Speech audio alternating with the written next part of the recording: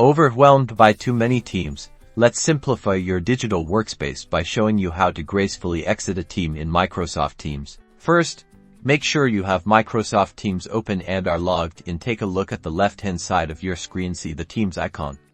It usually looks like a group of people. Click on it to view all of your teams. Now you should see a list of all the teams you're currently a member of. Scroll through this list and locate the specific team you want to remove yourself from.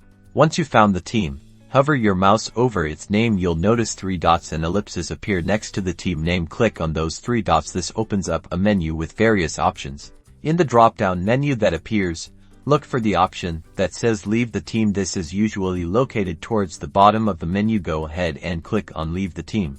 Depending on your team settings, you might see a confirmation prompt asking if you're sure you want to leave. If you do, confirm your decision. Otherwise, you will be removed from the team instantly. The team will then disappear from your list of teams, indicating you've successfully left. You've now managed your team memberships effectively.